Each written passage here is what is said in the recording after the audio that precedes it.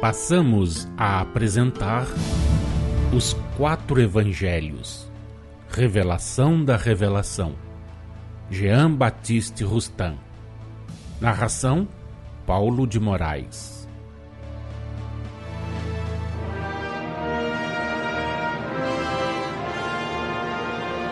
Temos agora que vos explicar as seguintes palavras que também debaixo da influência e da inspiração espirituais, mas sem ter disto consciência e sem compreender o sentido exato do que dizia, o apóstolo João escreveu. Palavras essas que de utilidade para aquele momento e destinadas a preparar o futuro, só a nova revelação tornaria compreensíveis aos homens, segundo o Espírito que vivifica, em espírito e verdade. Há 3 que dão testemunho no céu: o Pai, o Verbo e o Espírito Santo. E estes 3 são um. Palavras estas que se encontram na primeira epístola do apóstolo João, capítulo 5, versículo 7. Influenciada ao mesmo tempo pelas ideias hebraicas acerca do Espírito Santo, que era considerado o próprio Deus obrando junto dos homens, e pelas interpretações humanas de que resultou fazer-se do Espírito Santo uma personalidade do próprio Deus, uma parte de Deus, se bem que inseparável dele, e tendo em vista a divindade que era atribuída a Jesus, a Igreja se apegou a essas palavras de João para, interpretando-as ao pé da letra, formular o seu dogma humano dos 3 deuses em um só, porém distintos, embora impessoais. Dogma a que ela chamou Santíssima Trindade. É um dos erros de que se emendará. Sim, há 3 que dão testemunho no céu. Há primeiro o Pai, Criador, causa única de tudo, aquele que é Deus, Pai de todos, que está acima de todos, que estende por sobre todos a sua providência e que é, portanto, o mesmo para todos. Há depois o Verbo, manifestação palpável e visível da ação do Criador sobre vós, do Criador sob cujo vigilante olhar estáis constantemente e que vos envia âncoras de salvação a que podeis e deveis agarrar-vos.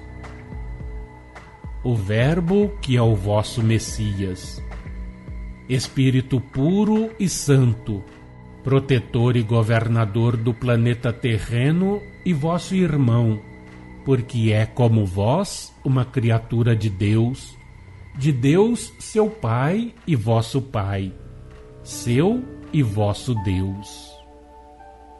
Há em seguida o Espírito Santo, a inspiração no sentido de ser um reflexo da vontade divina, que só vos chega e é comunicada por intermédio dos enviados celestes, dos Espíritos do Senhor, também vossos irmãos, porque são como vós, criaturas de Deus, que é igualmente vosso Pai e Pai deles, vosso Deus e Deus deles.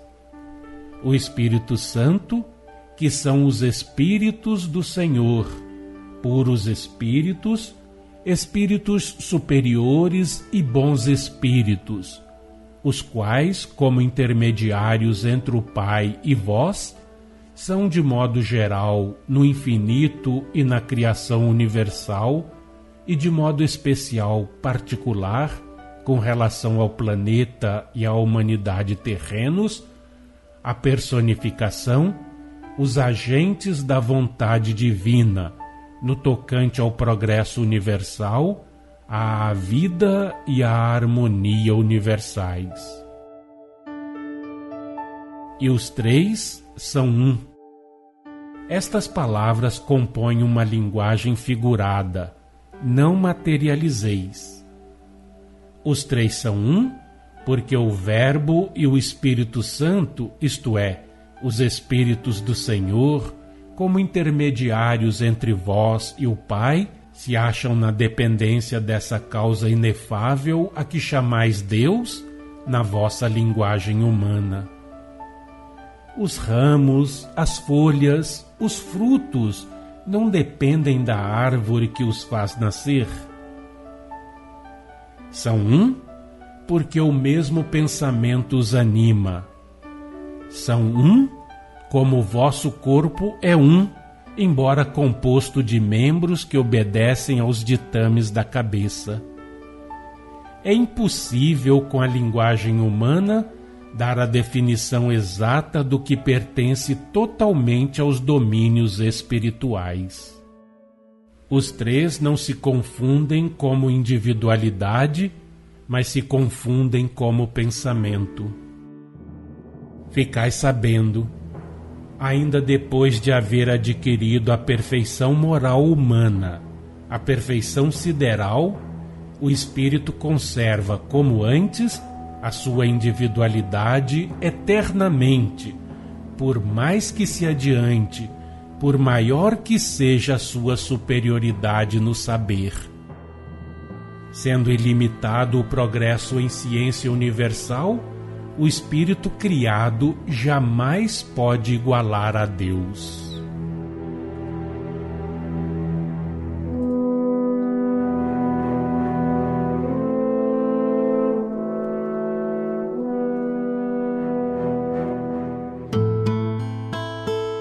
Acompanhe no próximo programa mais um trecho de Os Quatro Evangelhos, Revelação da Revelação, Jean Baptiste Rustin.